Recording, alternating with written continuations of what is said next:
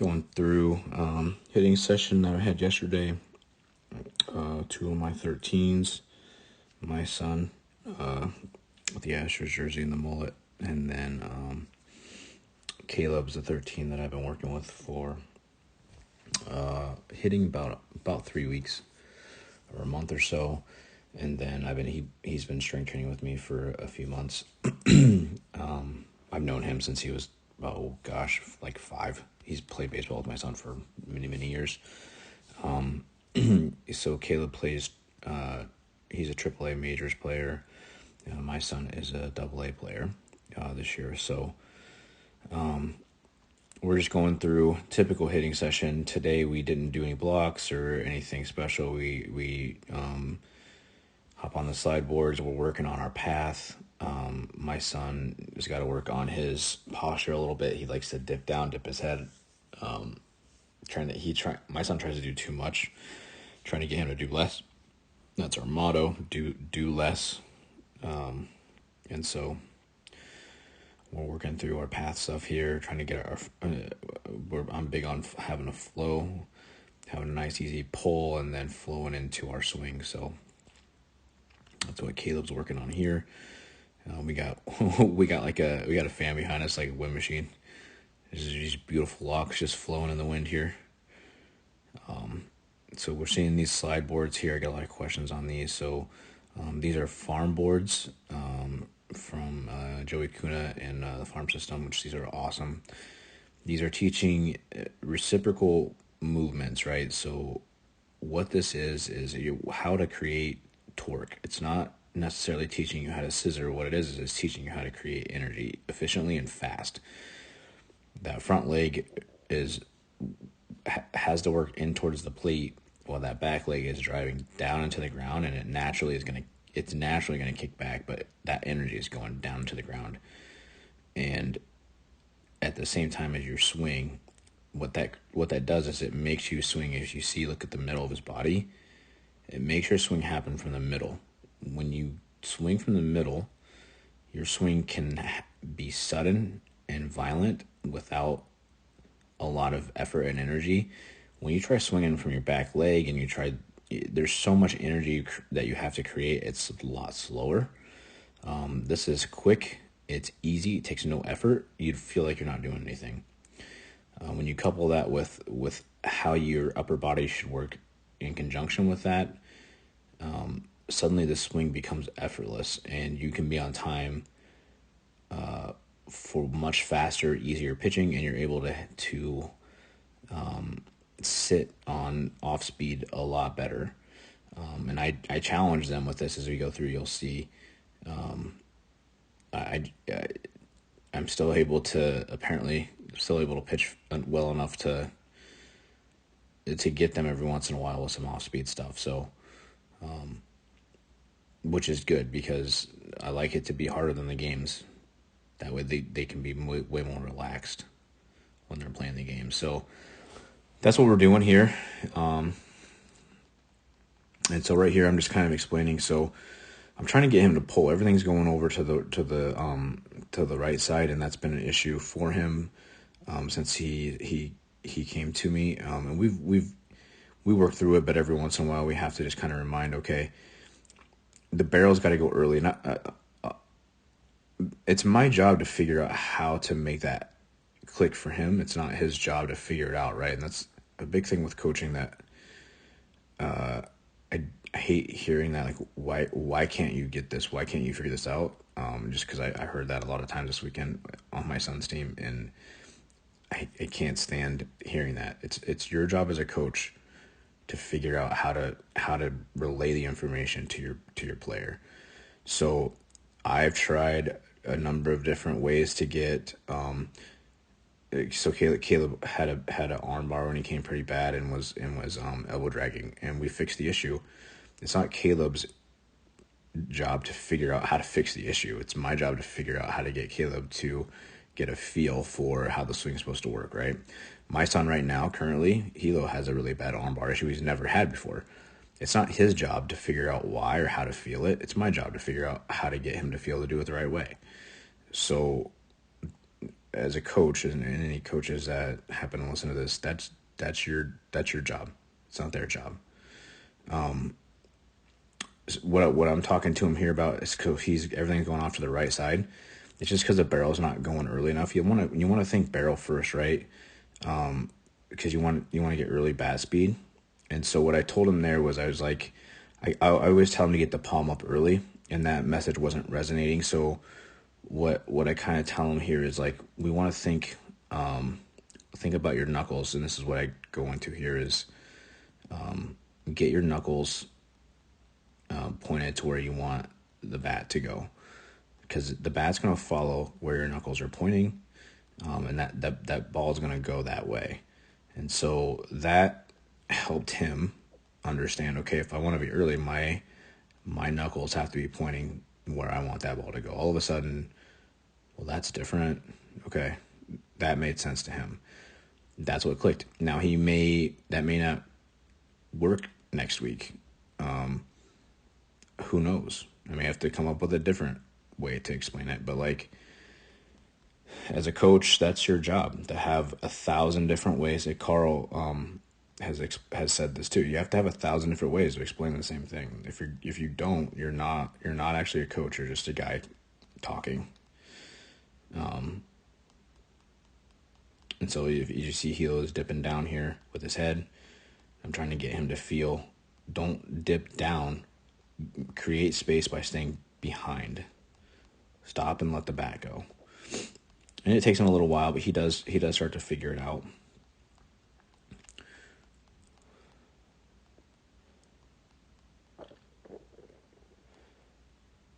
Just gets a little better there.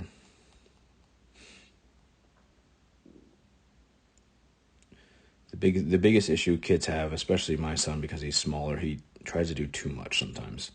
Tries to swing too hard sometimes, and it's not necessary to create power to swing super hard. And I think the earlier they can figure that out, the better. You don't have to swing super hard to generate power. The less you can do and hit it hard, the better. Because that's going to be repeatable. You're not going to be able to swing out of your shoes all the time. But you want to hit it hard all the time. So you got to figure out a way to do it without compromising yourself.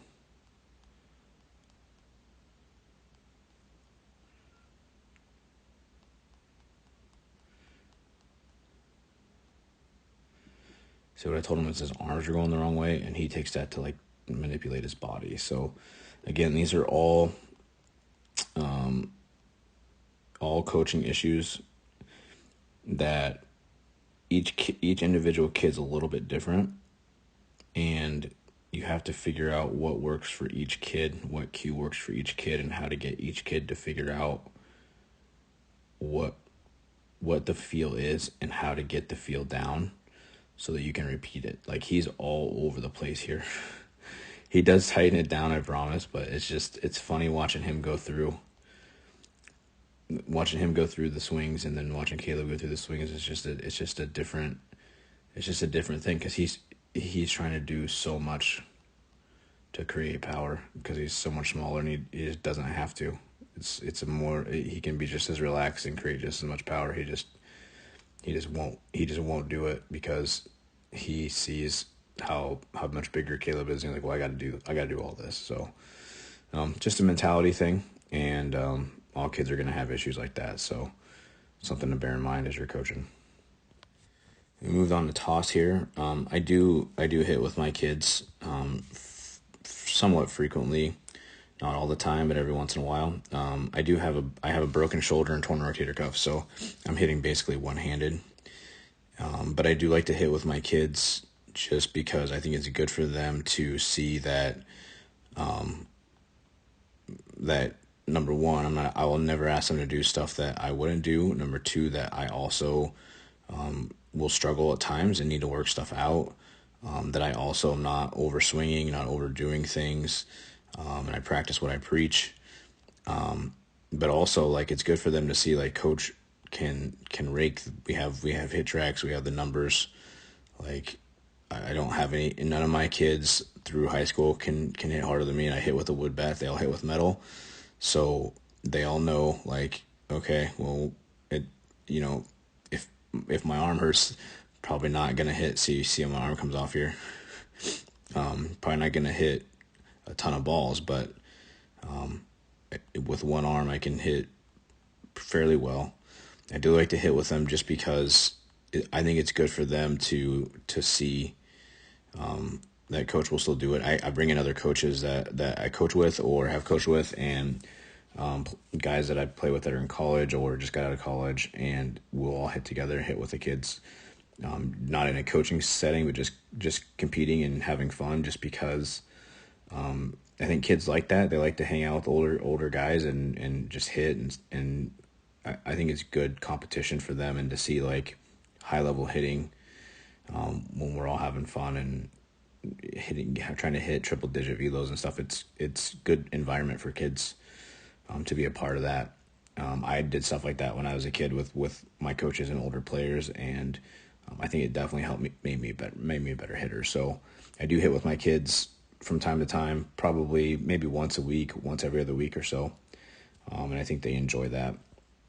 I don't go past soft toss if I don't have another coach there to throw. I don't make my kids throw. Like Caleb here threw 3 innings yesterday or the day before this practice, and then he caught 2 games.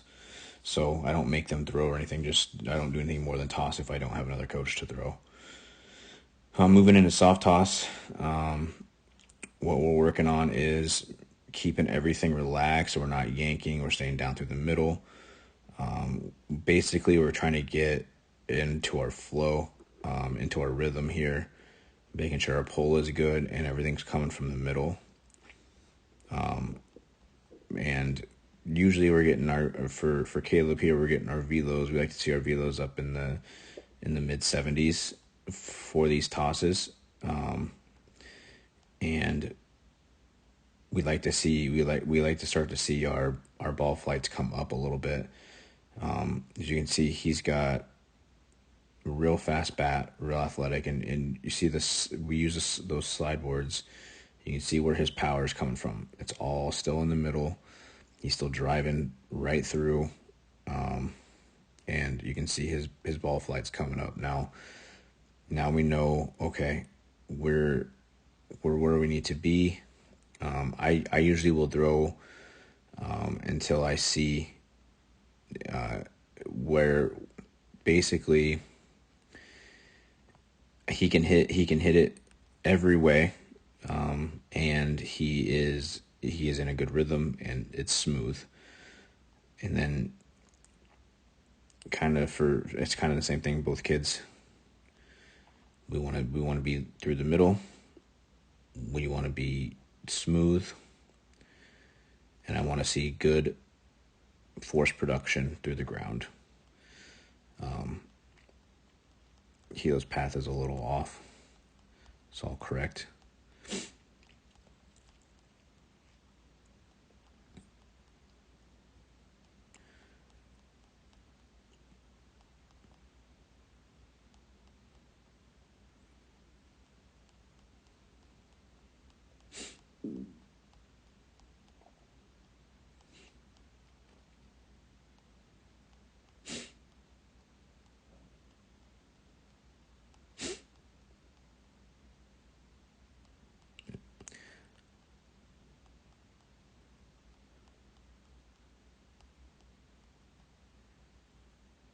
It's better. So then we move into pitching here. I'm gonna throw. So Caleb hit his first home run this weekend, and so I try to get under his skin a little bit. I try to fluster him. I've had kids that hit their first home run. They start trying to yank. They start trying to hit their next home run, and it kind of ruins them for the season. And so I'm trying to get under his skin. I'm trying to fluster him. I'm trying to see if he can stay poised and keep his game plan and stay relaxed, basically. So I'm throwing all 2-seamers. My 2-seamer runs, you can see it. It runs pretty hard, and I can get it to sink really hard. And so basically, I just wanted to see how he reacts and see how he handles the ball moving around a little bit, but I also didn't want to be throwing, I don't like to start out throwing breaking balls at kids right away. I just want them to be, I want them to be ready to go. But also I just wanted to mess with him a little bit to see how calm he stayed. And he's ice water, man. This kid's just so relaxed. I did get him with some pitches when I started throwing breaking balls, but I usually do. It's just, kids at this age, they just haven't perfected it yet. And so I can usually get kids even with a good changeup. So I'm not surprised, but that's good. I like to make it harder than it is in the game, so he can be calm. That's a lot of run right there. It's just the good thing about him is he comes back. He's like, doesn't matter. He's unfazed. He's just pretty poised, pretty relaxed kid. That's why I think why he's gonna be really successful. He's a really good player. So we just go through, and I threw a bunch at him, and he's good to go. Same thing here with Hilo. He did not hit his first home run this weekend. However, I just like to throw 2 seams at him for fun, just because it's entertaining for me. Maybe I'll beat him, maybe I won't. I don't know. He's my kid though, so I can kind of do what I want. Hilo has been arm barring a little bit, so he will have that problem from time to time. For him, it's just a matter of, again, it's kind of staying calm, and you can see he's a little uncomfortable with the ball running on him, and obviously I'm not throwing super hard. I'm probably throwing like 45 maybe, but it's a little unnerving when the ball runs at you. It really is, and it's hard to gauge it from here. But when the ball is moving, it's not pleasant standing there. Everybody who's faced that, it's not fun, especially as a kid. But they do well, and they're, again, it makes them a lot more comfortable when they go face other kids. At least for Hilo, it does. He says so. I don't know about Caleb. I don't know what majors pitching looks like. Hilo's never hasn't played majors ball. He has played AAA ball, and the pitching's not really that much different. There's just a lot more better pitchers on each team. So, but again, both kids did really well here. And then I'm gonna do one more. I'll show you what it looks like when I'm throwing breaking balls. Usually it's just a bunch of terrible pitching, but they do sit on stuff pretty well. So I'm gonna throw. This is kind of where I'm just throwing everything here this last round. Throwing breaking balls at them, along with fastballs, and they handle it pretty well. You see the change of speed. So I threw a fastball, then I threw a changeup, and that's it. It makes it a lot tougher on him to hit. That was a changeup he sat on. He does a good job sitting on it and driving it. And I tell him, your swing is not going to look as pretty when you don't know what's coming, but as long as you can hold it together and sink down and stay through it, you're going to hit, man. You're going to hit. And he does a really nice job. He gets through the high ones well.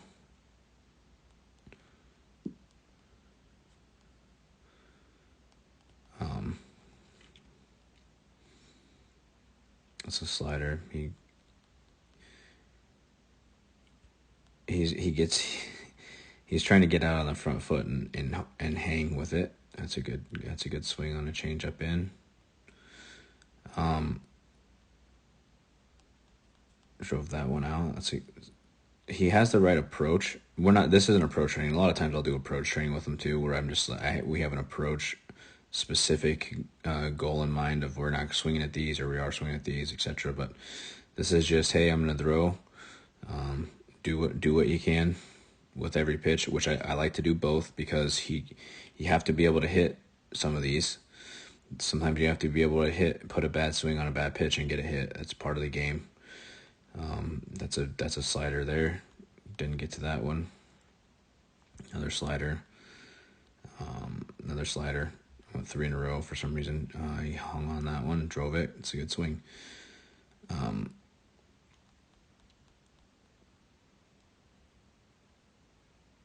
That's a changeup. Nice hit. I'm gonna go back to that one real quick. He just kind of hangs back and drive powers through that one.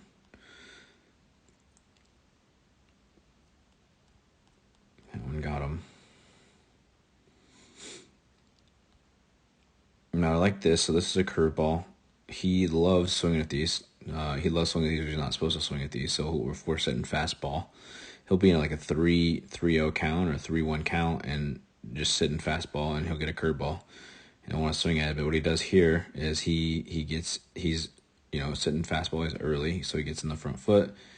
He sinks into it, hangs, and he's able to stay through it and drive that. And if he could get here and just hang out for a minute instead of getting so far forward, he'd be able to put that over the fence.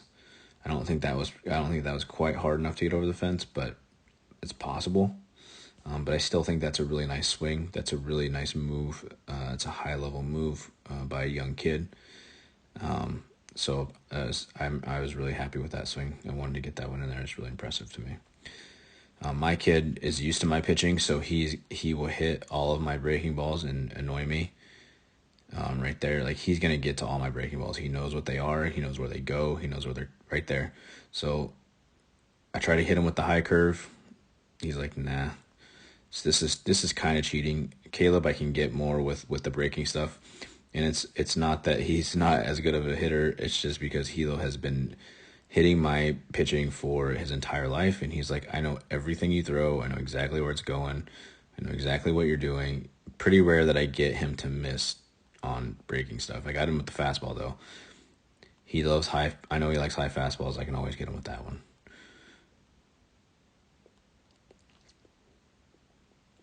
I try to get him with the high curveball a lot too because I know he likes high stuff.